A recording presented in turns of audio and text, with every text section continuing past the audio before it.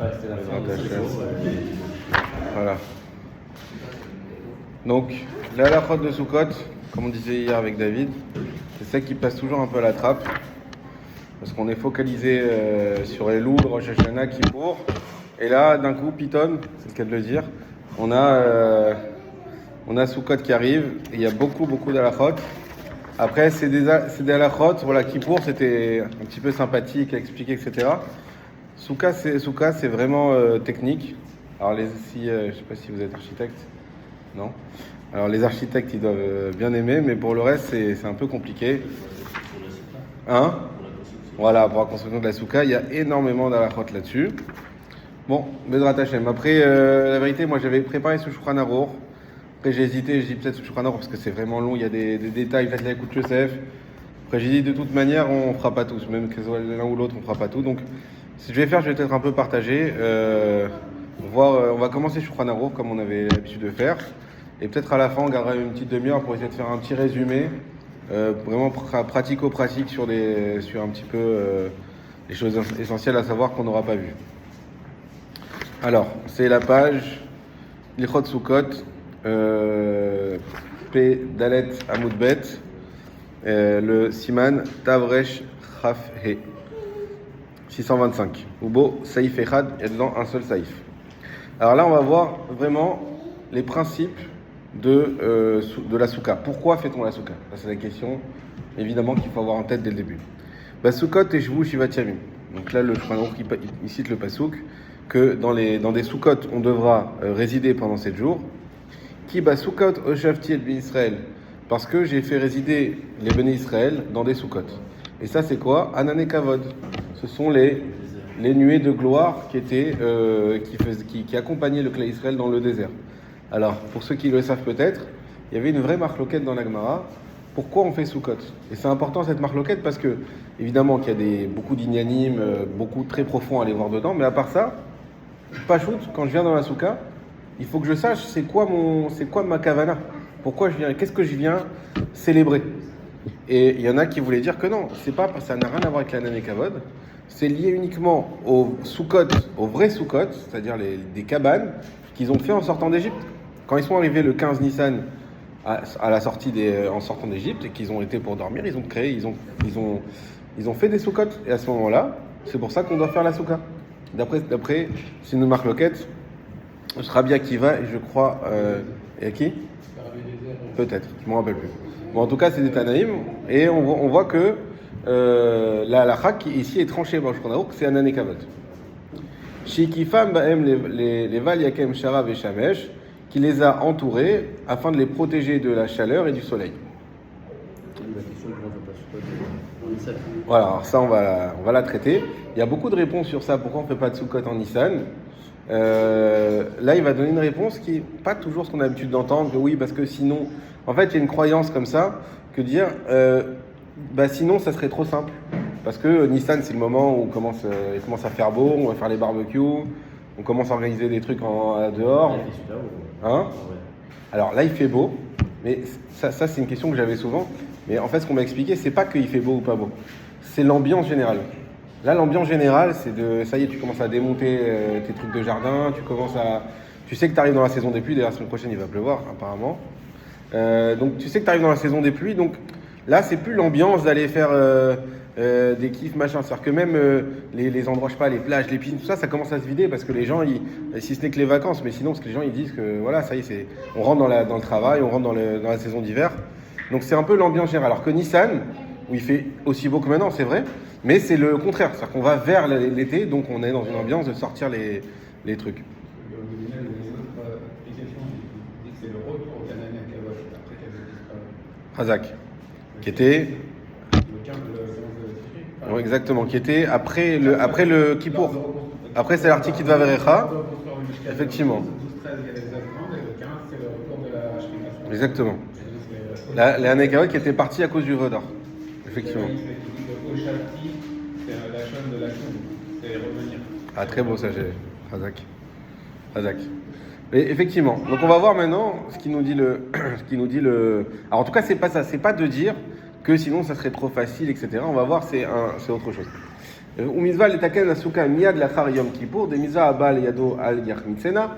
Et on a la mitzvah de construire, on va dire, la souka tout de suite après Kippour, parce qu'une mitzvah qui vient à nous, al yachmitzena, il ne faut pas la laisser gonfler. Rav Ben Shitrit, il fait un très beau shiur sur ça. Pourquoi tu me dis al yachmitzena comme le chametz, hein? Il vient du chametz. Je vous laisserai le voir, il dure 1h30.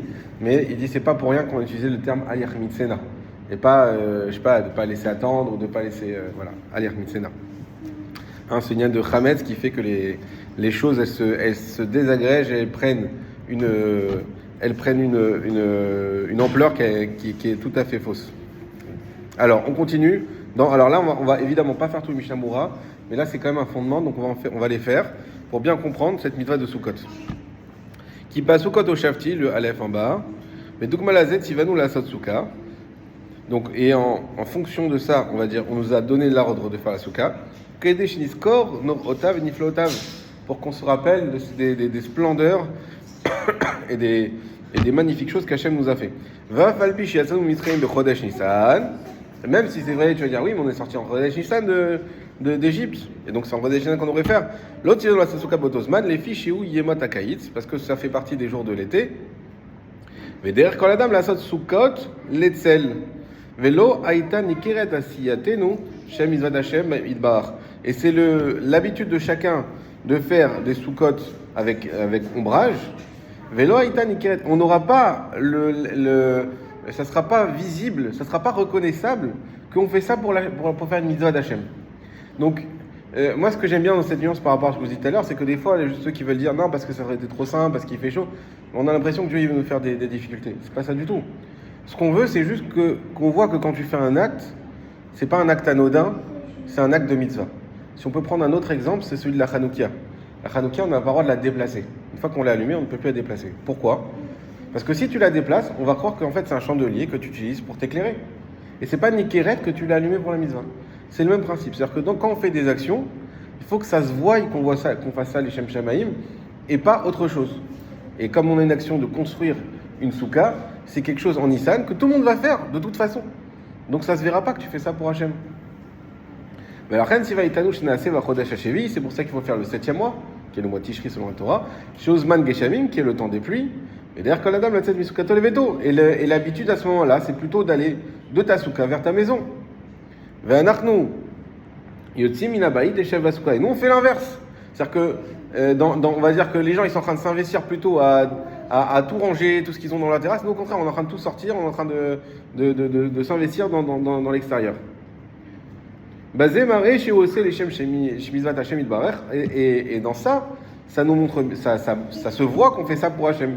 Aujourd'hui, vous voyez n'importe qui est en train de construire une souka, sous n'importe quelle forme, vous allez dire ouais, il fait soukot. Vous n'allez pas dire il va se faire un petit endroit sympa pour l'été.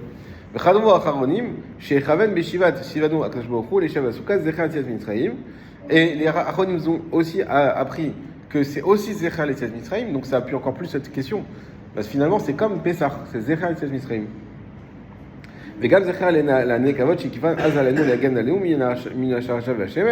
Et également, comme on a dit, c'est en souvenir donc des nuées de gloire qui nous protégeaient du soleil et de la chaleur.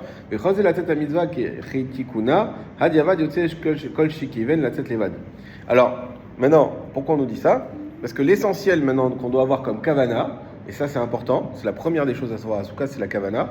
Je rentre dans ma Souka, j'ai la kavana de Zecher Yetziat Mitzrayim et Zecher La'ananei Kavod. Maintenant, si j'ai pas eu cette kavana, est-ce que j'ai fait la mitzvah ou pas ? On le répète à chaque fois. La halakha, c'est que mitzvot, srichot, kavana. Les mitzvot nécessitent une kavana. Et combien à Sukkot, ça peut être facile de ne pas l'avoir. Vous invitez quelqu'un qui n'est pas religieux. Là, c'est sympa, on mange sur la terrasse aujourd'hui. Lui, si vous ne lui expliquez pas pourquoi on mange là-bas, et qu'il fait tout son repas dans la Souka, il n'a pas fait la mitzvah de Souka. Pourquoi ? Parce qu'il n'a pas eu la kavana de faire la mitzvah de Souka. Sans kavana, la mitzvah, elle n'est pas faite. On voit l'importance de l'esprit dans la Torah. Et quelque chose qui n'est pas concret, c'est juste la kavana. Cependant, ici nous dit Mishabura, si tu as juste la kavana de faire une mitzvah, ça suffit. Même si tu ne sais pas que c'est un année kavod, même si on l'a pris que cette année et que ça fait 30 ans qu'on le fait sans avoir cette... Ah non, quoi, 30 ans sans mitzvah ? Non. Si tu savais que tu faisais une mitzvah, déjà ça suffit. C'est bon, tu as fait ta mitzvah. Maintenant, effectivement, pour faire mieux, il faut avoir la kavana de Yetziat Mitzrayim et de Ananei Kavod. On continue. Alors, je vois juste une petite note du Shmasliar. Vechen kar lidan promo shkadam maran achon sheyachin ner mimeod yom shelikay yom akipurim motzei yom tov. Ok. C'est pas celle-là. Pourquoi il écrit 1? Je sais pas. On continue. Mizal et Dagan Asuka Miyad, et on a l'habitude on avait dit de faire la Souka tout de suite. Avdikvar Katvole El Besov Siman Tav Resh Chavdalet, même si le Rama il nous l'avait déjà dit. Alors regarde David, ça va pas te plaire. Regardez le dernier Rama de Kippour. Donc juste à la fin des halachot de Kippour, juste avant ce qu'on a lu. La dernière ligne. Ve'amedak Dekim Matrilim Miyad Bemotzai Yom Kippour. Basiat Souka. Les Medak Dekim commencent tout de suite après Kippour à faire Souka. Kedé la tête mitzvah, el mitzvah. Ouais, d'ailleurs, donne pas la même réponse. Pour sortir d'une mitzvah vers une mitzvah. Et là, il nous dit quoi? Mizat lekat souka miyad l'achar yom kippour. Et on doit faire tout de suite la mitzvah de souka après kippour. Des mitzvahs bah yado al yachmitzena. Donc on a l'impression que le Rama il répète 2 fois la même chose. C'est quoi la nuance? Pourquoi il y a une fois un Rama après dans le kippour qui nous dit qu'il faut faire tout de suite, et une fois le Rama en plus on peut pas dire qu'il a oublié ce qu'il a écrit, c'est juste après, et il nous dit là il faut faire encore tout de suite. Réponse du Mishnah Moura. Atam balayla atrala be'alma. Là-bas, on parle de quoi? De la nuit. C'est-à-dire la nuit de Kippour, il faut que tu démarres la souka. Ou malchorat, metaken kula imefshar. Et le lendemain, il faut tout finir. Donc ça, c'est la meilleure des mitzvahs. La meilleure des mitzvahs, c'est commencer le soir, ça c'est 1, et 2, finir le lendemain. C'est le soir, on a passé, je sais pas combien de temps, mais on a fini. Ouais, on n'a pas fini le lendemain. Bon, c'est ça, il suffit un peu de boîte à outils, déjà. On a passé du temps. Commencez. Parce que après, Plus vous faites, mieux c'est. Si vous pouvez finir le soir, c'est encore mieux. Voilà. Ouais, nous on a on a passé un bon temps, hein, on a passé 2 heures. Bon après voilà, on n'a pas fini le lendemain, on va finir aujourd'hui si tu veux, mais ça veut dire voilà, tu commences le soir, et donc c'est ça la différence entre les 2 ramas. Il y a commencé et il y a terminé. Il faut savoir qu'il y en a même qui veulent dire qu'on a l'obligation s'il y a un Shabbat de terminer avant le Shabbat. S'il y avait un Shabbat entre Kippour et Sukkot, que sinon il y en a qui veulent dire qu'on peut plus construire la Souka après parce qu'on a trop laissé passer le temps, etc. Bon. Donc il y a un lien vraiment profond de faire le plus vite possible la Souka. Gam sham ayre linyan medagdek bemaasav yatrid varma basuka miyad balayla ou miyad she'en medagdek al kol panim biyam amachorat achar set miyat akset. Donc il dit celui qui est bien medagdek qui fait attention de faire les choses au mieux. Alors il doit commencer quoi qu'il arrive la nuit. Et celui al kol panim, celui qui a pas pu, alors le lendemain après la sortie de Bet Knesset, après Shacharit, il peut commencer Vegmor kula imefshar, et s'il peut il a terminé en entier. Va filou et erev Shabbat atratzot ve'acharze yesh lomar de asur. Alors voilà, toute la question, vous savez qu'après Chatzot Shabbat, il y a pas mal de choses qui commencent à être interdites parce qu'on a peur que tu arrives dans Shabbat et que tu es pas prêt. Et il y a également depuis Minchaktana encore plus, c'est celui qui a écrit que celui qui travaille après Minchaktana et non Simon Bracha. Donc il y a on rentre petit à petit dans le Shabbat. Donc il y a une marloquette. Est-ce que je peux faire ma souka et bah, ce vendredi ça tombe bien parce que vraiment on pourrait arriver à ce que là vu que Soukot c'est Shabbat. Celui qui est vraiment en retard. Combien de fois ça m'est arrivé presque à arriver à la Shkia en train de finir les trucs de Soukot parce qu'on court tous hein.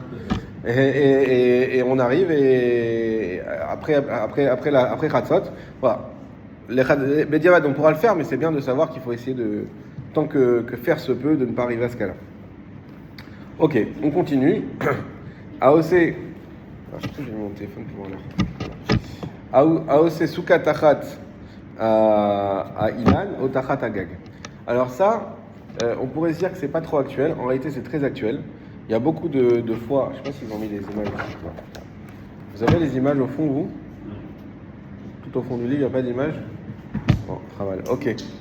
J'aurais dû ramener le mien. Dans les Osvé Hadar, dans les grandes éditions, c'est très beau pour Soukot, ils vous ramènent toutes les images, tous les cas qui sont ramenés. Bon, on va essayer de bien expliquer. La question de savoir si je peux construire une souka sous un arbre ou sous un toit. Alors évidemment, on va voir que non. Alors on va pas donner tous les détails parce que c'est vraiment technique. Mais par contre, c'est très intéressant parce qu'il y a plein de fois où ça peut arriver. Si on a des choses au-dessus du toit de la terrasse, etc. Déjà comprendre pourquoi il faut qu'il n'y ait rien au-dessus. On pourrait se dire, il y a mon toit de souka, même si j'ai un toit au-dessus, mais après il y a de l'air et voilà, c'est relié à l'atmosphère, quoi. C'est pourquoi il faudrait absolument qu'il n'y ait rien au-dessus du toit. Alors, on va voir. En la souka tachat bait o ilan, veose soukato tachat ilan, yesh omrim sheim ilan silato mechamato psula vechol inyan, af im souka silata meruba mechamata. Alors, premier cas. Donc, on ne peut pas faire en dessous un toit ou un arbre, d'accord? Maintenant, premier cas, il y a 4 variantes. Première variante, c'est l'arbre. est-ce que lui, il a assez de feuilles, parce qu'il y a des arbres qui n'ont pas beaucoup de feuilles, des arbres qui ont beaucoup de feuilles. Est-ce qu'il a assez de feuilles pour faire beaucoup d'ombre, plus d'ombre que de soleil sur ma souka? C'est-à-dire que j'ai mon arbre ici, j'ai ma souka ici, l'arbre à lui seul fait qu'il y a plus d'ombre dans ma souka, qu'il y a beaucoup d'ombre, d'accord, dans ma souka. Dans ce cas-là, dans tous les cas, ça sera assourd. La souka qui est en dessous, elle n'est pas bonne.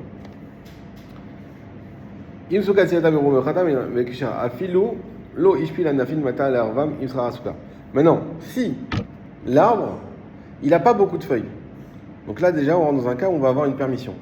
Hein, ça peut être le cas vraiment, j'ai pas regardé là-bas, mais vraiment ici dans la cour on voit qu'il y a plein d'arbres, etc. Donc on peut se poser la question, on imagine toujours des arbres qui plongent, mais ça peut être des fois juste l'ombre de l'arbre, hein, il faut faire attention.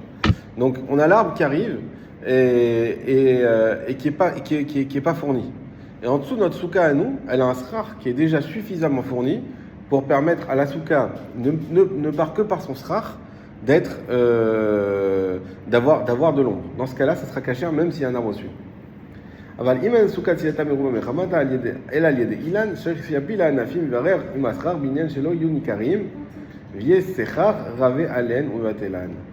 Maintenant, si la souka, j'ai pas beaucoup de srar dessus.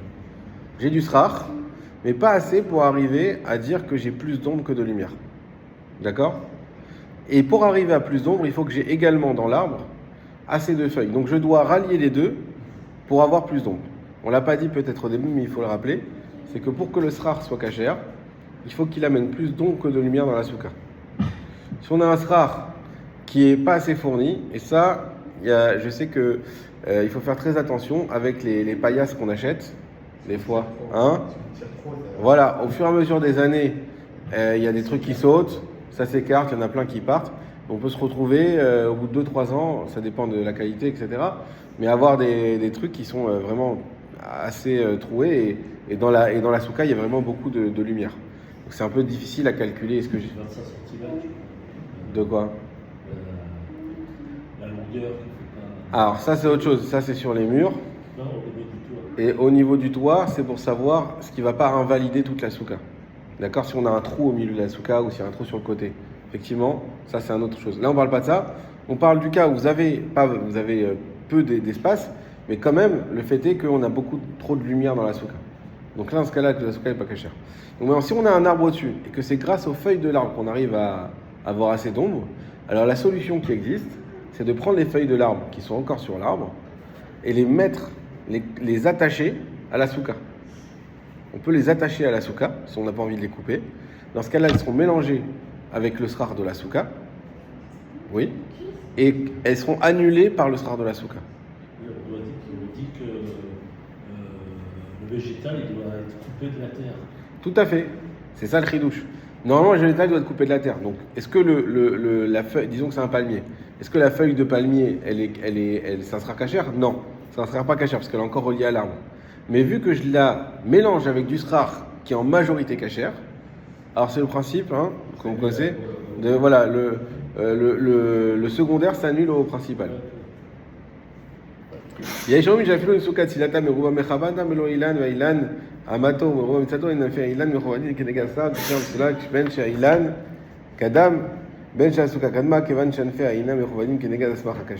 Bon, là il rentre dans un détail, qu'il y en a qui sont en marque-loquette, mais je ne vais pas rentrer dans ce détail-là.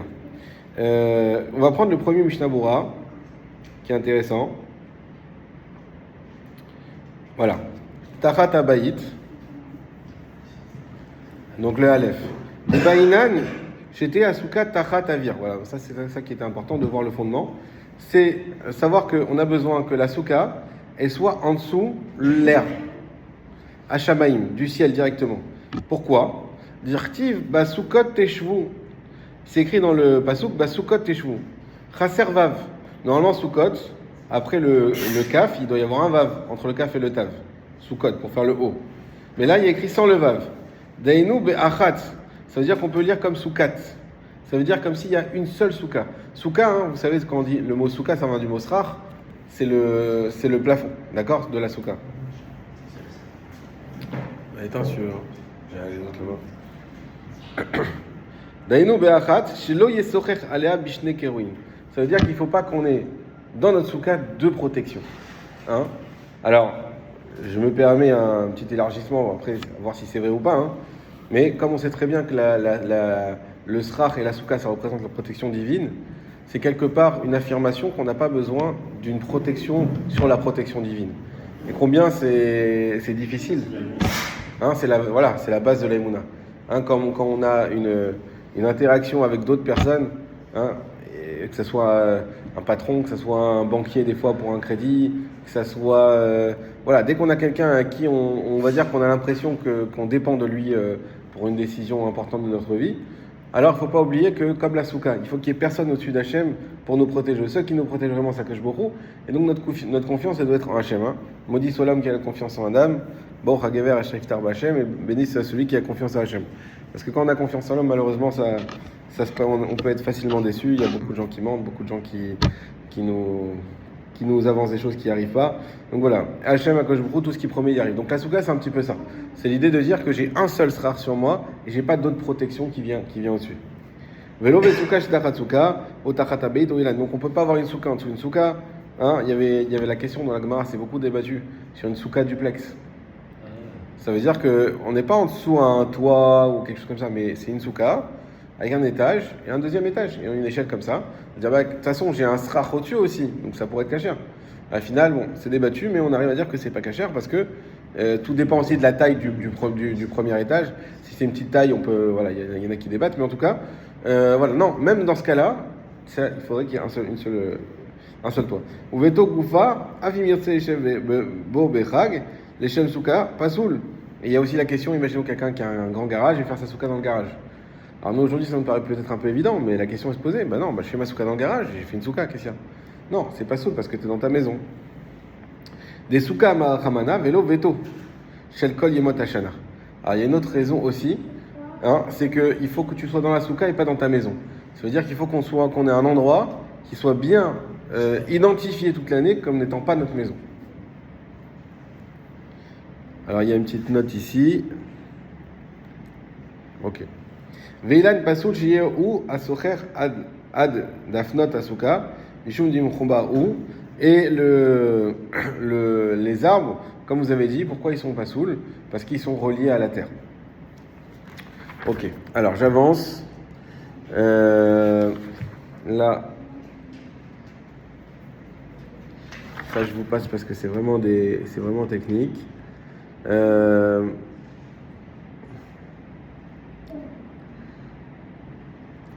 Alors là, Chabet. In katsat sailan l'archiro veliot ou atzmo measikur kasher veu shiano shagbia kol echad levado umanicho. Alors ça aussi on va voir ici un fondement important dans ce cas. S'il a coupé l'arbre, d'accord, donc il y avait un arbre et finalement il a coupé l'archiro liot ou atzmo measiro, et ensuite pour le rendre kasher, pour l'utiliser lui-même comme srach, d'accord, kasher c'est kasher. Alors on parle de quoi? On parle qu'il a déjà attaché les feuilles de l'arbre dans sa souka et ensuite il coupe l'arbre, d'accord? Mais par contre, il faudra qu'il bouge chaque feuille d'arbre, qu'il enlève et qu'il la remette. Pourquoi? Oui, il a fait, c'est pas caché. Ok, mais maintenant c'est cachère? Oui, non, Alors il y a un principe. C'est ça le principe. Ta'asé, velomina asui. C'est un principe qui ramène aussi dans la Gemara, que la souka elle doit être faite et pas de ce qui est déjà fait. C'est-à-dire qu'il ne faut pas qu'on ait d'un coup une souka qui était pas cachère et d'un coup elle devient cachère. De là, il y a quelque chose qui est très important quand on construit la souka, c'est qu'on doit mettre le srach en dernier. C'est un grand problème si on le met en premier. Imaginez-vous, vous me direz ouais mais il faut bien avoir des parois. Oui mais on pourrait mettre la structure en métal sans parois, ce qui fait que c'est pas encore une souka cachère.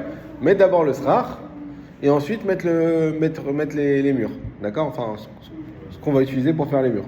Dans ce cas-là, la souka sera, d'après certains, pas cachère.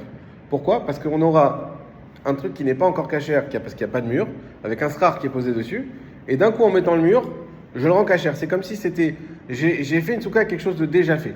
Et ça, c'est un problème. Donc c'est pour ça qu'il faut mettre toujours le srar en dernier. Aval mutar la sot souka tachat mechubar obait la siro acharkar.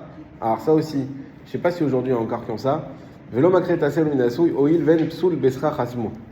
Alors maintenant, dans les images, j'aurais voulu vous montrer, on voit quelqu'un qui a une maison avec un toit amovible. Donc il peut enlever le toit de sa maison, d'accord? Donc c'est vraiment une décapotable, quoi. Alors, est-ce qu'il peut faire sa souka? Il ouvre son toit comme ça, ok? Et ensuite, il a sa souka, elle est cachère. Et même, est-ce qu'il pourrait fermer son toit s'il pleut ou si il fait froid et puis la réouvrir s'il s'arrête de pleuvoir, etc. Alors, on nous ramène ici que c'est permis, le Rama il ramène que c'est permis. Et pourquoi c'est permis? Parce que déjà, il y a un problème de bonnet, hein? Parce qu'il y a un problème de construire Shabbat, parce que tu construis un toit, quelque part. Alors, il ramène que c'est que quand il y a des gonds. Parce que quand il y a des gonds dans le toit, alors en vérité, je n'ai pas en tête ce qui pourrait être fait aujourd'hui comme ça, parce que dans mon image, on a vraiment un toit qui s'ouvre.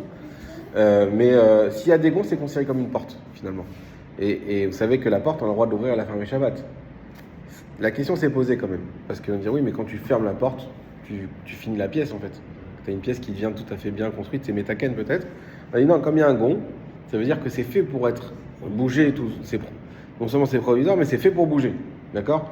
Et même provisoire, des fois, si tu mets quelque chose mais qui est fait pour rester, alors on peut dire que tu es quand même métaken, bon, c'est peut-être des rabbanan, peut-être pas de raïta, mais voilà. Mais une porte, non. Alors un toit comme ça, c'est pareil. On va considérer qu'à partir du moment où c'est amovible, donc il n'y a pas de souci, et on peut permettre de le faire.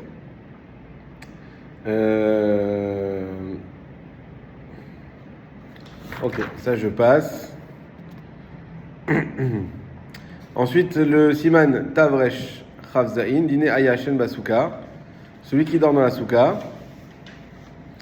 Alors, est-ce qu'on a le droit de dormir avec des couvertures sous la souka? Alors vous allez me dire, bah, c'est quoi le problème? Le problème, c'est que tu n'es plus directement sous le strach. Tu es sous une couverture. Hein, vous savez que. Alors, Ayashen Tachat Amita Basuka, alors la base, c'est. Il faut savoir. Donc là, on va dire un truc qui va vous sembler totalement. Pas du tout d'actualité. Mais en fait, c'est de là qu'on apprend est-ce qu'on peut dormir une couverture, si oui, à quelle hauteur, etc. Est-ce qu'on peut mettre un lit à baldaquin? Peut-être se protéger des moustiques. Mettre un truc comme ça, avec un filet comme ça autour de nous. Tout ça, c'est traité ici. Alors, il y a énormément de pratim aussi, mais de détails, mais on va juste donner quelques principes. Donc déjà, Ayashen Tachat Amita Basuka, Imigavo Asarat Vachim Lo Yatsa. C'est ça à savoir. Celui qui veut dormir sous son lit dans la souka.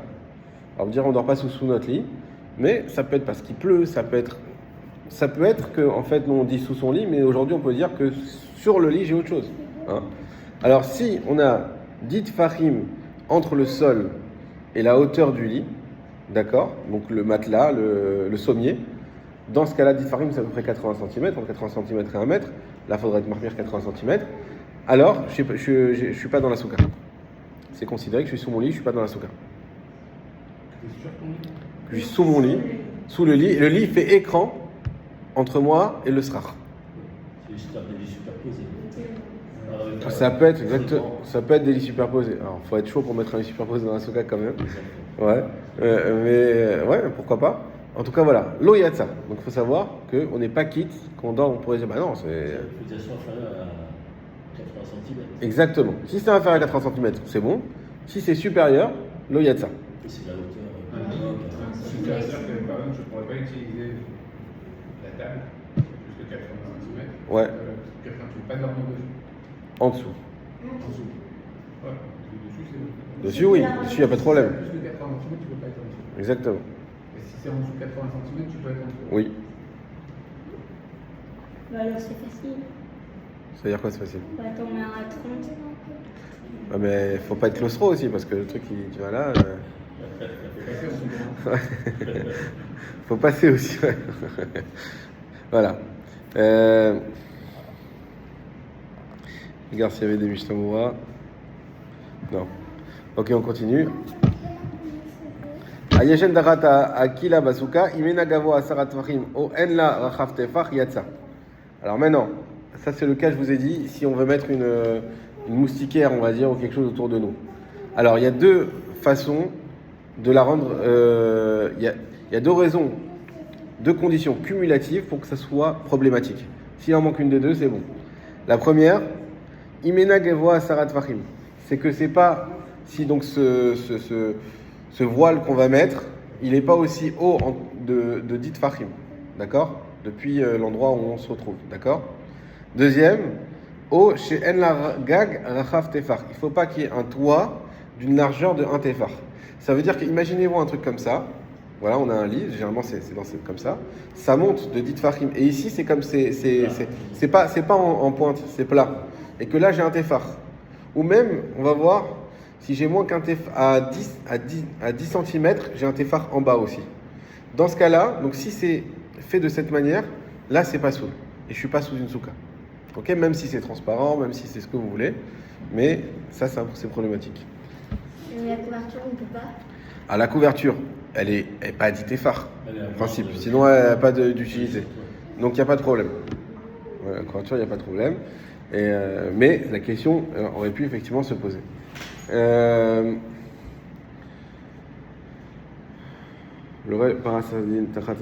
Ah oui, la Khadalet aussi, très importante. Celle-là, elle est pas connue, mais elle peut être très pratique. Paras Sadin Tachat Asrach Lenoy.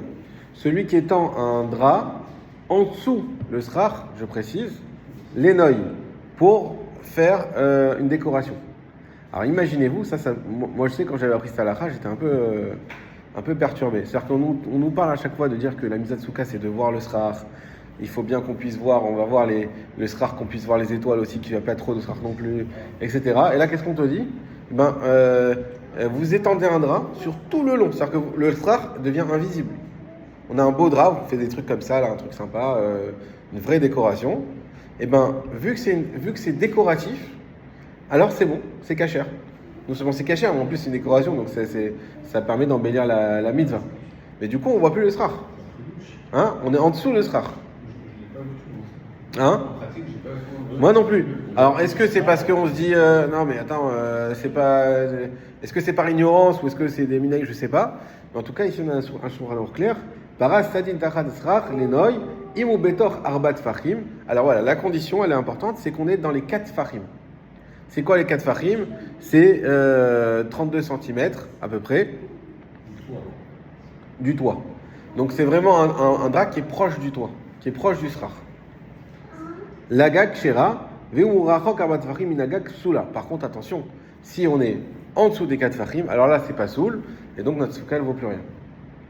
Ve'imeno lenoy. Alors vous allez me dire, bah super, c'est ce qu'on va faire. On va étendre une bâche tout le long de la souka en dessous. Surtout, alors bon, ici le problème se pose moins, mais ceux qui se souviennent encore des époques en France, ou ailleurs, je sais pas d'où vous venez d'ailleurs. De Paris, voilà, Créteil, voilà. Et Créteil plus qu'ailleurs, je crois. Et quand vous venez à chaque fois Souka, c'était est-ce qu'on va réussir à faire la mitzvah, est-ce qu'il va pas pleuvoir, etc. C'était toujours la question de la fête. Moi, je me rappelle, on faisait des très belles soukottes, on prenait des jours de construction, toute la famille venait, machin. Et à la fin, t'arrives, et là, il pleut à torrent, machin, t'es dégoûté, tu dis, c'est pas possible, tout ce qu'on a fait. Alors tu dis, tu sais quoi? Mets une bâche tout le long de la souka, en dessous. T'es tranquille, c'est cachère. S'il pleut, à la limite, tu fais des petits trous, on va dire, pour que l'eau puisse quand même un peu s'évacuer quelque part, voilà, pour pas que sinon ça va s'écrouler, mais tu fais un système intelligent ou en pente, je sais pas. En tout cas, s'il pleut, t'es protégé. Au pire, il pleut pas, mais quand même, t'es tout ça, ta souka et tu peux faire la mitzvah et c'est cachère. Hein? Est-ce que t'as le droit? C'est plus pour des... Alors là, hein? C'est plus pour décorer, mais... Exactement. Alors c'est ça le point. C'est plus pour décorer. C'est ce qu'il dit le Shulchan. Ve'imeno lenoy, si c'est pas pour décorer, afalpi sheu betoch arbat fachim soula. Même si on a 4 fachim, c'est pas soul. C'est exactement ça. On aurait pu croire que dès lors qu'on est dans les 4 fachim, c'est annulé. C'est ça le principe. Le principe des 4 fachim, c'est-à-dire que tout ce qui est proche du toit s'annule au toit. Donc on peut se dire, moi, peu importe, les noix, pas les noix, ça s'annule au toit, je peux faire ce que je veux. La réponse, c'est donc, comme il a dit Aaron, c'est l'essentiel, c'est que ça soit les noix. Ça veut dire que c'est pour décorer, c'est-à-dire que c'est pour servir la souka. Et non pas pour me servir à moi ou quoi que ce soit d'autre. Beaucoup, c'est de mâcher par-dessus la souka, entre les repas, tout ça. Alors, à la limite, oui. Alors, mais là, tu montres clairement quand tu fais par-dessus que tu fais quelque chose pour rendre pas saoul ta souka. Ouais. Oui, mais voilà, tu sais qu'il va pleuvoir et tu as des bâches qu'on célèbre le repas. Ouais. Ça, sur ça, effectivement, il y a cette possibilité. Yesh Izaher, chez l'oditlot shum noy souka. Est-ce que c'est mixé? Hein? Est-ce que c'est mixé la vache? Alors, la vache. Shabbat ou pas? Shabbat. Si c'est une bâche, les principes de Moussé, ils sont les suivants. Si c'est quelque chose qui est utile qui peut être utile à Shabbat et qui n'est pas professionnel, il y a des bâches qui sont pour, je sais pas, des peintres, des trucs comme ça, que là on n'a pas le droit, c'est Moussé. Mais qu'avant le Shabbat déjà, c'est quelque chose qu'on a réservé et qu'on peut utiliser pour Shabbat, Tu l'as destiné à ça, alors c'est bon. D'accord. Même l'exemple le plus typique, c'est la pierre. Une pierre, par définition, c'est Moussé. Hein, d'ailleurs, on dit toujours, on l'a pas dit cette année parce que ici, je sais pas, les gens n'ont pas l'habitude, mais à Paris, quand on fait tachlir, enfin à Paris, en France, quand on fait tachlir, souvent les gens ils prennent des cailloux, ils jettent dans le lac. Et les rabbinim, ils doivent rappeler, attention, c'est Moussé, le caillou. Donc déjà, il n'y a pas besoin de... Alors il y a le inyan de vider un peu les poches comme ça, de faire ce signe, c'est comme on a expliqué, quand on avait parlé de Kippour, c'est vraiment pour le symbole.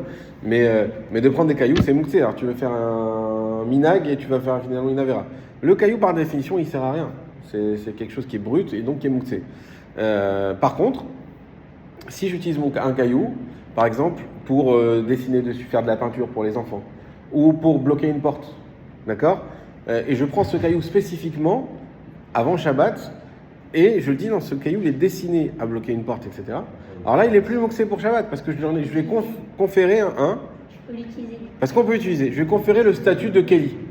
Et dès lors que c'est un Kelly, c'est bon, il n'y a plus de problème. On va voir également, il y a aussi les peaux de bêtes. Pour donner juste un exemple qui est peut-être un peu plus parlant encore, les peaux de bêtes des tanneurs. Quand les peaux, elles sont brutes, il y avait la question dans le Shabbat, est-ce que je peux prendre cette peau-là pour la mettre j'ai du monde qui arrive Shabbat, ok, alors eux, ils utilisaient ça comme matelas. Donc j'ai du monde qui arrive Shabbat, moi je suis tanneur, je vais chercher dans mon entrepôt des trucs, je les mets par terre et les gens, ils peuvent dormir. On dit non, c'est où que c'est. Parce que ces peaux de bêtes, vu qu'elles sont brutes, elles n'ont pas été encore travaillées pour être ni un manteau ni quoi que ce soit, alors c'est mouxé, donc on peut pas l'utiliser. Donc là c'est pareil, pour ces bâches, si c'est une bâche qu'on utilise de manière générale ou pour Soukot, oui. Si c'est une bâche professionnelle que non, là dans ce cas-là, effectivement, il y a un problème de mouxé.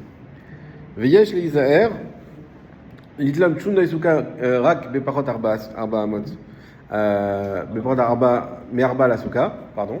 Et alors il faudra faire attention, ça aussi, le rabbin il nous donne ici un conseil, c'est plus qu'un conseil qu'une halakha. Tout ce qu'on va faire suspendre, je sais pas moi, les bananes, les dessins, tout ça, tous ces trucs-là, de mettre à moins de 4 amot. 4 farim, pardon, oui, bien sûr. À moins de 4 farim, de 32 cm. Pourquoi ? Parce que quand c'est en haut, là il n'y a vraiment aucun problème.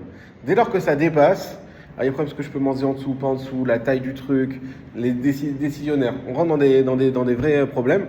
Moi je me rappelle le truc qui nous posait problème, on faisait attention, c'était encore une fois, bon Hachem, aujourd'hui on n'a pas de problème de froid. Hein. Au contraire, il y en a qui mettent les clims dans les trucs. Mais à Paris il faisait très froid et on mettait des trucs au gaz avec le truc comme ça au-dessus là. Je sais pas si vous voyez, avec c'est le truc d'extérieur. Voilà, ouais, nous on mettait ça. Mon père il avait investi, bon Hachem il faisait la souka chaque année. Et donc c'est vrai que quand t'as ça, mais sauf que cette coupole là, bah, elle a les mesures qui font une interruption entre toi et la souka. Et effectivement ça pose un problème. Quel endroit où elle se situe? À l'endroit où elle se situe. Hein? C'est une décoration. C'est pas une décoration, mais c'est pour la souka.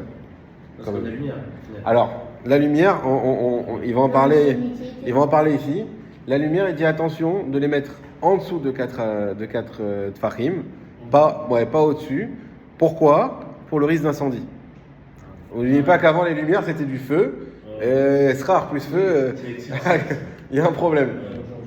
Donc là, il ramène, on va peut-être pas le faire dans le mot, là on va passer au moment où on va un peu accélérer parce qu'il nous reste 20 minutes, mais c'est vrai qu'il ramène juste après que les lumières, faire attention à bien les mettre en dessous, une question de logique, de sécurité, mais ne pas manger en dessous.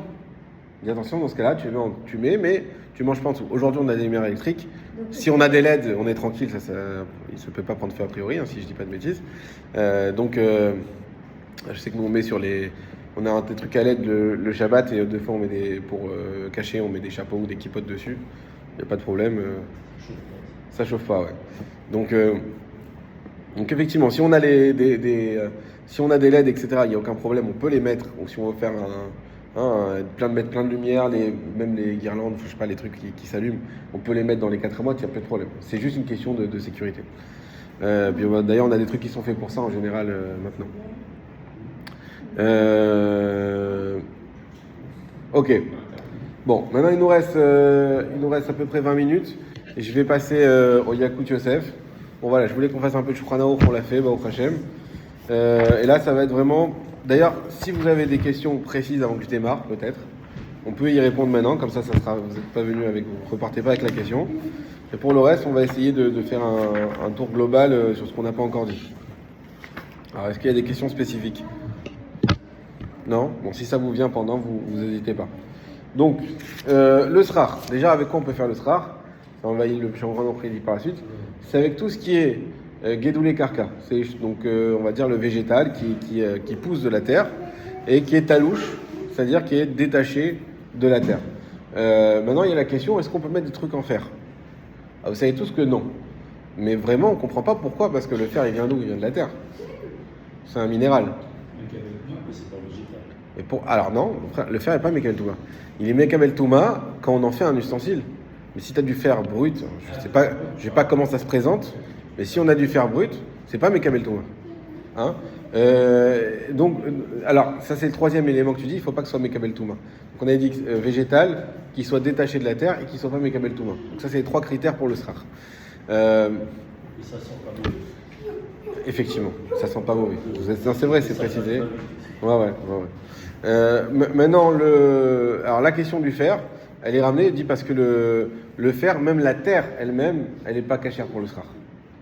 Parce qu'on a vraiment besoin de quelque chose. Alors, Michel Broy, il explique mieux, j'ai un peu oublié son explication, mais tant pis.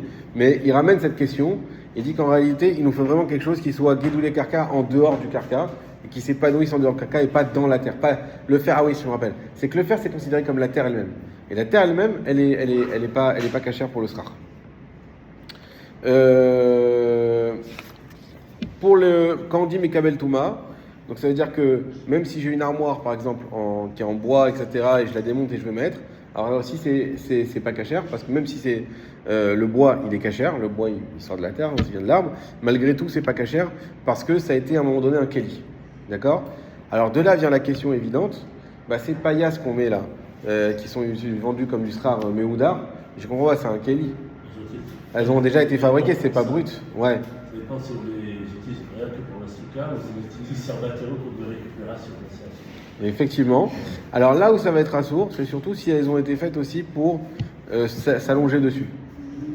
Si c'est des choses qui ont été faites pour être des paravents, même si c'est pas pour la souka, c'est fait pour mettre sur des murs, pour décorer ou quoi que ce soit, ou faire pour séparer des voisins. Dans ce cas-là, on pourra l'utiliser pour la souka, même si ce n'est pas spécifiquement fait pour la souka. D'accord? Il n'y a pas de problème. Mais si c'est fait pour s'allonger dessus, effectivement, là, il y a un problème.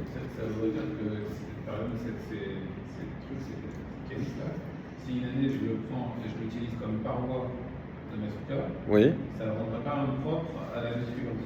Je pourrais Non. l'utiliser en star. Non. Je la destiner à Non, autre chose. tout à fait, exactement. C'est pareil, ça. Ouais, tout à fait. Des choses qu'on peut choisir à quoi des choses.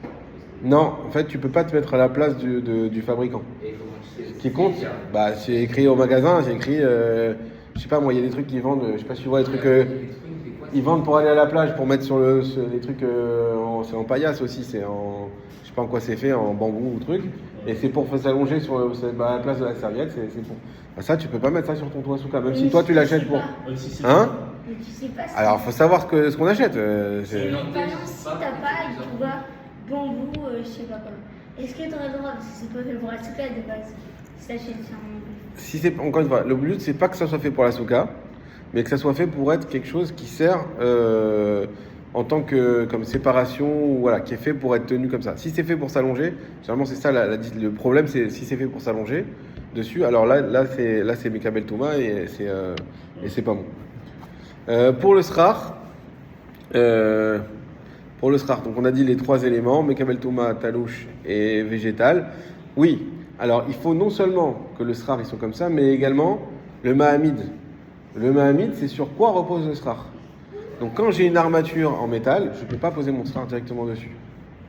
Pourquoi? Parce que c'est pas cachère. Parce que il y en a qui disent, faut savoir que c'est une marque loquette, comme d'habitude.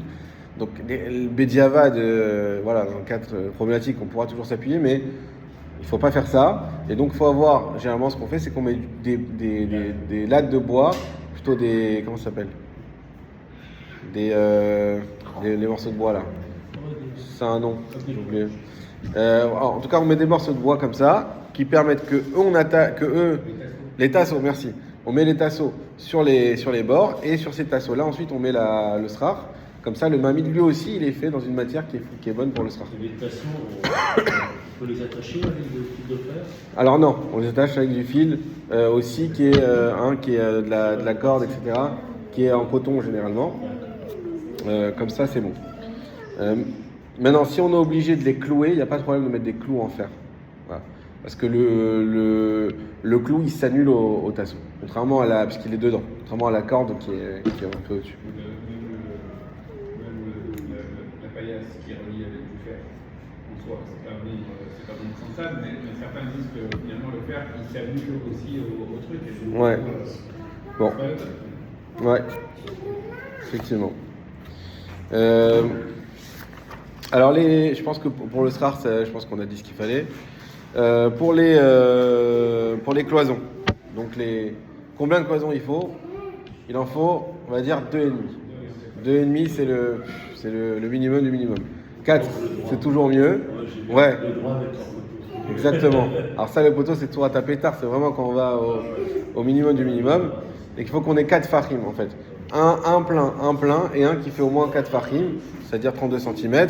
Et même si on n'a pas 4 fahim, on peut avoir 3 avec un poteau qui fait 3 tapetars et encore un petit morceau. Bon, ça c'est encore des pratiques qu'on ne va pas rentrer dedans. Mais on va dire 3 murs pour être tranquille. Voilà, c'est 3 murs.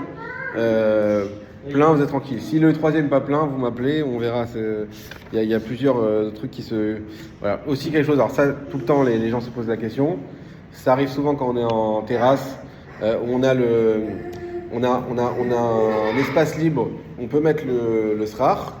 Ensuite, il y a du plafond, on va dire, et ça tourne et ça devient du mur. Je sais pas si vous voyez comme ça. Moi, à chaque fois, on voit des photos comme ça où tu as le srar, tu as du mur encore le mur de... Pas du tasseau. Il faut s'imaginer sur une terrasse et qu'on a du bâti en fait. Oui, ça dépasse. Et le bâti dépasse comme ça. Donc ça pareil, si on a moins de 10 fahim de bâti, alors ça peut être considéré comme ce qu'on appelle la voûte, ça peut être considéré comme le mur, donc ce plafond-là est considéré comme du mur, et ça pourra rendre cacher la souka et les cloisons. Donc les cloisons, on peut faire comme on veut, on peut utiliser n'importe quel matériau. La question qui va se poser, c'est qu'est-ce qui est une cloison, qu'est-ce qui n'en est pas une. C'est-à-dire à quel point elle est solide. Voilà. Donc d'un côté, on sait que la souka, on appelle ça diratarai, donc c'est une habitation qui est provisoire, merci. D'un autre côté, il faut qu'elle soit assez solide pour durer tout soukot. C'est-à-dire que si on a une souka qui est solide pour durer que 6 jours et pas 7, depuis le premier jour, je suis une bracha de batala. Mais si elle s'envole, elle résiste. Alors, si elle s'envole, il faut savoir, est-ce qu'elle s'est envolée avec un vent normal ou est-ce que s'il y a eu une tempête ou quelque chose qui était inattendu et pas normal, alors là, il n'y a pas de problème. Mais si même si c'est un grand vent, mais que c'est un grand vent, que c'est normal qu'il y ait à cet endroit ou Tu pensais qu'elle allait rester 7 jours et si le Noël se casse, est-ce que tu as fait... Normalement, oui. De toute façon, après, encore une fois, il faut faire en sorte qu'elle puisse tenir. Donc, s'il y a un truc inattendu, la dernière fois, si j'ai bien compris, j'étais pas là, moi j'étais à Tania, mais c'était quand même un vent qui était pas normal en arrière. Donc, dans ce cas-là, c'est pas un souci. Mais si tu as un endroit, des fois, surtout en bord de mer, tu as beaucoup de vent, et etc. Et que la souka, tu vois bien que depuis le début, elle bouge un peu, etc. Et qu'après, elle s'écroule, c'est que tu avais une souka qui n'était pas faite pour 7 jours. Et là, il y a un vrai problème. Maintenant, la question des bâches. Hein. Donc, la question des bâches, c'est quoi le problème des bâches? C'est que c'est pas vraiment des murs, ça, tout le monde peut le comprendre facilement. Et ça bouge. Voilà. Donc, comment il est posé avec le Ravadia? Il est posé comme ça. Si la bâche, déjà, c'est sûr qu'il ne faut pas laisser la bâche sans l'attacher. Si on laisse sans l'attacher, pas saoul. Même si c'est un endroit où il n'y a pas de vent. Maintenant, si je l'attache, donc comme aujourd'hui on a des scratchs et machin, qu'on l'attache bien. Si on est dans un endroit normal, pas saoul. Si on est dans un endroit qui est dans une cour intérieure, où il y a d'autres murs autour, qui coupent le vent, cacher. Je dis parce que ça garantit que la bâche, parce qu'il est nœud, ça suffit pas. Alors on va dire, je ne sais pas s'il y en a d'autres qui sont méquilles sur ça, la vérité. Donc je ne vais pas dire qu'il est marmire parce que j'ai pas vu d'autres mekil, mais en tout cas, si il dit que si la bâche, il y a juste des nœuds, le problème c'est quoi? C'est que les nœuds ils peuvent s'enlever sans que tu t'en rendes compte. C'est pas quelque chose qui est c'est pas considéré comme assez solide, on va dire. Et donc, ça suffirait pas d'avoir une bâche. C'est pour ça qu'aujourd'hui, on rajoute les fils. D'accord? Les fils tout autour de la souka. Parce que, ça, c'est la halakha aussi qu'on a dans le Shulchan Aruch. Hein? Si elle s'envole, ça reste. Exactement. Même sans la bâche, ça suffit déjà. La bâche, elle est là finalement que pour le vent et bien, quoi. C'est tout. Ou la décoration. On apprend ça de la balustrade. Il y a écrit que celui qui fait sur son maaké, utilise son maaké, donc sa protection de terrasse pour faire sa souka, ça compte. Il faut qu'elle ait juste 1 mètre de hauteur. D'accord? Et même si c'est des barreaux, tant qu'entre chaque barreau, il y a moins de 3 tfachim, c'est-à-dire 27 cm, alors ils s'additionnent les uns aux autres et on arrive à 1 mètre comme ça. Donc il faut qu'on arrive, c'est pour ça que généralement on en a 4, puisqu'on a 27 x 4, on arrive à 80, 7 x 4, 28, on arrive à 1m08. David n'est pas content. Non, si, mais j'ai le bas, tu dis donc 3 tfachim minimum de hauteur. Non, 3 tfachim maximum entre chaque. Non, mais pardon, je me formule, mais est-ce qu'il n'est pas possible par contre que ta cloison elle parte du haut et qu'elle ne descende pas complètement vers le bas? Il n'y a pas une histoire de hauteur de Si. sauvage qui passe ou... Ah, animal sauvage, je sais pas, peut-être, j'ai pas vu. Mais ça s'appelle goudachit. Il y a goudachit, c'est-à-dire qu'on considère que ce qui est en haut descend jusqu'en bas, et goudasik, que ce qui est en bas monte jusqu'en haut. Là, c'est goudasik qu'on est en train de voir. Goudachit aussi, la vérité, j'ai pas révisé ce cas-là. Il est même pas dans les coups Yosef, c'est un cas qui est, on va dire, c'est rarement le problème. Le problème généralement, c'est qu'on a le bas, mais on n'a pas le haut. Ça dépend. Si tu suspends ta bâche ou ton truc et tu le déplies et finalement il arrive pas jusqu'en bas, il reste 40 cm. Ouais. Tu as quand même un mur techniquement, mais en bas, tu n'en as pas. Je ne l'ai pas relu cette année, donc je ne vais pas dire de bêtises. Mais a priori, c'est la même chose. A priori, si on a déjà le mètre en haut, a priori, ça devrait être aussi goudachit et ça devrait marcher. Mais il faudrait le vérifier. Ok, donc on a dit, c'est pour ça qu'on met les fils. Donc quand on met ces fils-là, évidemment déjà qu'ils doivent être à la base, il faut savoir que les fils, c'est pas top de top. Parce que normalement, c'est quoi la halakha? On parle des barreaux qui sont là pour nous protéger de ne pas tomber. Et on dit que ces barreaux-là, ils peuvent compter. Un fil, on voit bien que c'est déjà beaucoup moins solide et fixe, voilà, qu'un barreau, c'est un fil. Malgré tout, on peut s'appuyer sur... On va dire que si on ajoute la bâche bien fermée et les fils, ça va. On est dans une situation... Et puis en plus, il y a des murs autour, c'est encore mieux.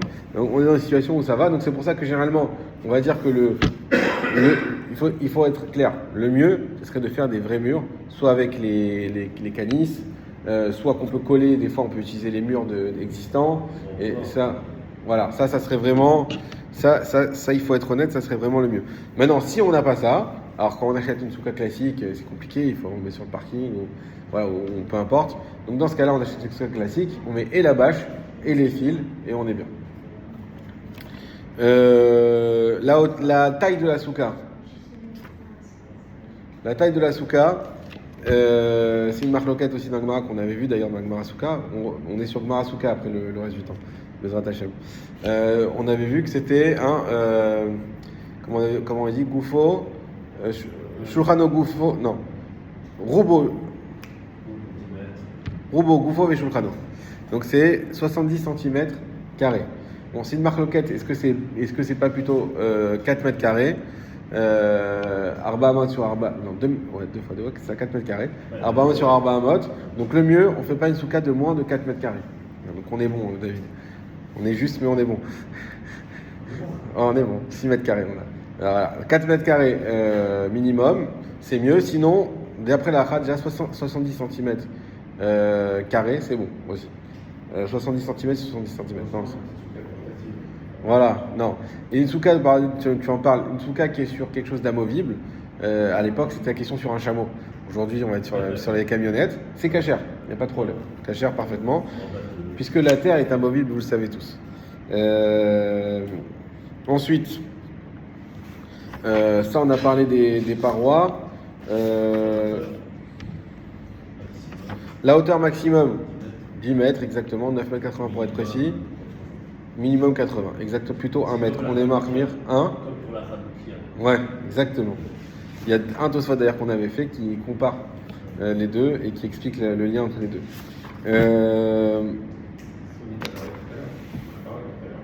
Ouais, on l'avait un peu parlé. On avait parlé tout à l'heure sur l'idée de le équerre, de ne pas déplacer. Et effectivement, c'est le même problème, c'est le problème de équerre aussi, de pas que ce soit trop, parce que trop, tu vas plus voir ton srar. Et donc, tu vas plus te rappeler. Voilà. Ça, c'est pour le srar. Peut-être il nous reste quelques minutes, on va parler du etrog et du loulav. Bon, en vérité, pour vérifier l'étrog et le loulav, il faut vraiment être expert parce que les halachot, elles sont toutes compliquées.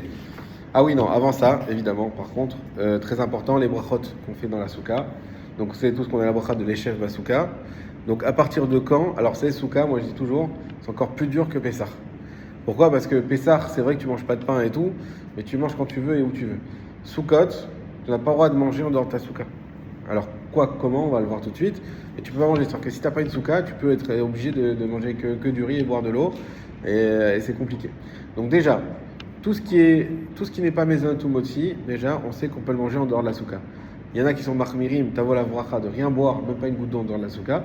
Mais sinon, on peut manger ça en dehors de la souka. Maisonnote, en dessous de kabetza, on a le droit de manger en dehors de la souka. À partir de kabetza, il faut être sous la souka, mais sans bracha, c'est 60 grammes. C'est le volume de 60 grammes, après, si faut voir. Mais en tout cas, à partir de kabetza, donc on mange, on va dire, un bon morceau de pain, tu manges de maisonnote, tu manges dans la souka, tu peux pas manger à l'extérieur, mais par contre, on fait pas de bracha, les chefs basouka. On ne fera la bracha, les chefs basouka, que si on fait kvi ou tseuda sur du maisonnote, ce qu'on appelle 4 kabetzim. Il y a beaucoup d'avis sur ça, mais disons à partir de 230 grammes, on a l'habitude de dire, il y a qui disent 213, même 180. Bon, bah déjà, comme c'est des oraita, il faudrait être plutôt des 180. Ah non, pour la bracha, on parlait de la bracha, pardon, non. 230, on va attendre. Donc si je mange 230 grammes, une bonne pizza, on va dire, et même si elle est maisonnote, bon, je dis ça n'existe pas trop, mais quoique si les pizzas, il y en a qui sont maisonnotes. Donc si on a une bonne pizza maisonnote, dans ce cas-là, on doit faire les chefs basouka. Voilà. Pour le motzi, c'est 30 grammes. En dessous de 30 grammes, on peut manger en dehors de la souka. Au-dessus de 30 grammes, on mange dans la souka. À partir de kabetza, on fait la bracha. En dessous de kabetza, on ne fait pas la bracha. Quand est-ce qu'on fait la bracha? La bracha, les chefs basouka. Sur les chefs basouka. Qu'en est-il du premier soir? Alors le premier soir, il a une valeur spécifique. Pourquoi? C'est pas que d'habitude tous les autres soirs, c'est un peu comme la matzah. La matzah, on te dit si tu veux ne pas en manger, t'es pas obligé d'en manger. Si tu en veux en manger, dans ce cas-là, il faut de la matzah et pas du pain. C'est dans ce cas-là que tu rentres dans le problème. Mais si tu veux, tu manges que de la viande avec du riz et c'est pas un problème. La souka, c'est pareil. Si tu veux manger que du shiakol, t'es pas obligé de manger dans la souka et t'as pas fait de mitzvah, il n'y a pas de problème. On a dit qu'il y a machmir tavola bracha, mais t'es pas obligé. Par contre, si tu veux manger du pain, alors là, il faut aller sous la souka. C'est pas comme ça le premier soir. Le premier soir, c'est tu as l'obligation de manger du pain sous la souka. C'est-à-dire que, voilà, tous ceux qui se baladent avec leur galotte et machin, ils cherchent des soukas partout. Parce que le premier soir, on a l'obligation de manger absolument au moins kazaït, et normalement kabetza encore mieux, sous la souka, pour faire la mitzvah d'oraïta positive, et non pas négative de ne pas de manger en dehors, mitzvah positive de manger sous la souka. Il y en a même qui disent, vous savez qu'il y a écrit que mitzvah patur mina souka, celui qui souffre d'être sous la souka, alors il en est patour, il en est dispensé. Le cas classique, c'est la pluie, il pleut beaucoup, moi je suis mystère, donc je vais être patour de la souka. Ceci n'est vrai que les autres jours. Le premier jour, il y a une grande marloquette. Il y en a qui disent pas du tout. Premier jour, il n'y a pas de mystère patour. Mystère, et c'est une marloquette sur le Shulchan Aruch lui-même. C'est-à-dire qu'on ne sait pas vraiment ce qu'il pense sur le Shulchan Aruch. Ils disent dans le premier jour, il peut pleuvoir à torrent ce que tu veux. Obligation positive de manger sous la souka. Ouais. Ouais. Tu fais ton motzi, tu manges un morceau de kabetza, tu fais ton birkat, après tu rentres chez toi. Et du coup, si tu manges chez toi sans pain, quoi. Alors ça c'est le siman, mais pour les autres jours. Ah, c'est pas pour le Non, je crois pas. On va voir, mais je crois pas. Le premier soir, alors, je te dis, il y en a qui, parce que l'idée de ne pas manger dans la souka quand il pleut, il y en a carrément qui disent que c'est grave de manger là, parce que la Gemara, elle ramène. C'est comme si tu veux proposer quelque chose à ton maître et il veut pas, et voilà, et tu insistes. Donc non, il veut pas de ton cadeau, tu n'as pas le droit d'insister. Au contraire, c'est une offense. Il y en a pareil, ils disent, bah voilà, c'est une offense de rester dans la souka, tu veux faire mieux, il n'y a pas à marmire. Maintenant, est-ce que ça vaut le premier soir? C'est une grande marloquette. Donc ceux qui veulent rester, ils peuvent, parce qu'il y a sur qui s'appuyer. Ceux qui veulent partir, ils peuvent aussi, dans le cas où il pleut. Mais en tout cas, on voit que le premier soir, c'est une mise importante, donc il faut manger sur la souka. À qui incombe cette mitzvah? Il nous reste 2 minutes. À qui incombe cette mitzvah? Aux hommes et aux enfants à partir de 5-6 ans, l'âge d'être éduqués. Les enfants, ils ont une mitzvah des rabbanan. Donc c'est vrai que quand on a des petits soukotes, des fois on dit bon, on n'a pas de la place pour tout le monde, mais dans la mesure du possible, il faut inclure les enfants dans la petite souka. Ceux qui sont complètement dispensés sont les femmes. Les femmes n'ont pas du tout de mitzvah de souka, mais si elles le font, il y a un mérite quand même. Donc c'est bien de pouvoir faire de faire des soukotes qui sont, quand on a la possibilité assez grande pour accueillir tout le monde. Voilà, mais alors soit que ça soit les enfants. Non, que garçons. Que ça soit les femmes ou les garçons qui ont moins de 6 ans, on va dire, 6 et 9 ans, ça dépend. Dans ce cas-là, eux, ils sont complètement pas tours, il n'y a pas de problème si on n'a pas de place. On va dire que c'est. Hein? Non, c'est pas la bar mitzvah. La bar mitzvah, c'est de Oraïta, mais déjà depuis l'âge d'être éduqué, toi, tu as déjà une mitzvah des rabbanan. Mais comment ça se fait que les enfants ils ont mérite, par exemple? C'est pas un mérite parce que ce sont des garçons et que la mitzvah est sur le garçon.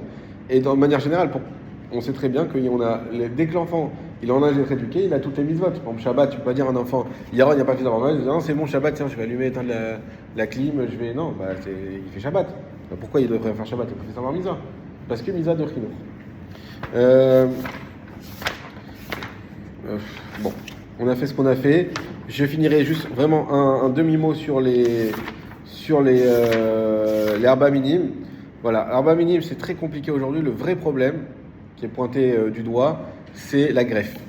Pourquoi? En fait, il y en a qui expliquent que dès lors que si tu coupes, alors ça a l'expérience à faire ou pas après Soukot, c'est on coupe le hétrog. Il faut savoir qu'un hétrog greffé, il n'est pas soul, que ça soit le premier jour. Bon, aujourd'hui, cette année, on n'a pas de mise de Horaïta du hétrog, parce que c'est que le premier jour quand on a la mise de Horaïta. Le reste, c'est des rabbanan, et comme c'est Shabbat, il n'y a pas mise de hétrog. Ok? Néanmoins,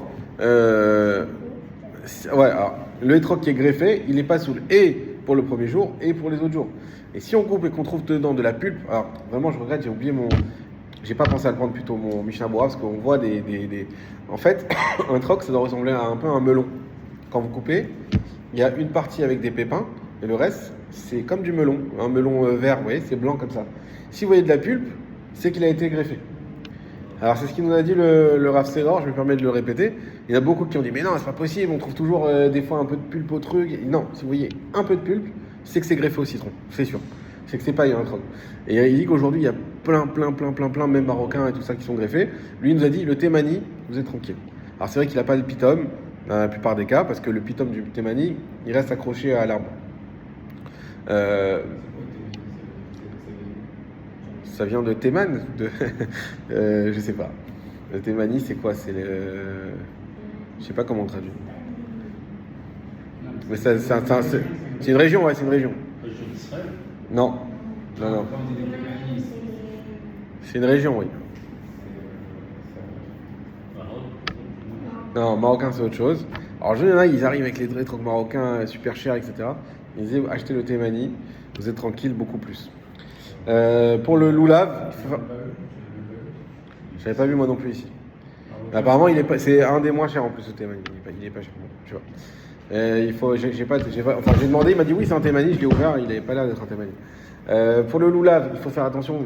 Des fois, on aime bien prendre des petits loulavs parce que c'est arrangeant. Il faut qu'il fasse plus que 4 fachim, donc au moins 32 cm, quoi qu'il arrive. Et il faut aussi, je crois, qu'il doit avoir 3 téphars entre la fin. Je vérifie ça. Il y a une longueur minimale entre la fin du hadas et du harava et la fin du loulav. Donc il ne faut pas avoir des hadas et harava trop grandes et un loulav trop petit et qu'il n'y a pas de... 40 cm et le reste 30 cm. Bon. Pour le hétrog, alors pour finir sur le hétrog, ce qui le disqualifie, c'est quand il manque un morceau du hétrog. S'il manque juste un morceau de peau, ça disqualifie pas. Sauf que, on ne sait pas quand il manque un morceau, est-ce que ça a déjà atteint le fruit ou pas. C'est très compliqué à savoir. À la limite, si on l'épluchait juste une fois comme ça, on saurait que c'est que la peau, il n'y a pas de problème. Mais s'il manque un petit morceau, c'est pour ça que quand on a des taches noires, on dit surtout sur la partie haute du hétrog, on craint que ça soit un trou en réalité, et pour ça, on ne le prend pas. Voilà, c'est pour ça que le plus beau hétrog, à part le fait que c'est plus beau, mais c'est aussi qu'il n'y a pas du tout de taches, etc. Hazak ou Baruch.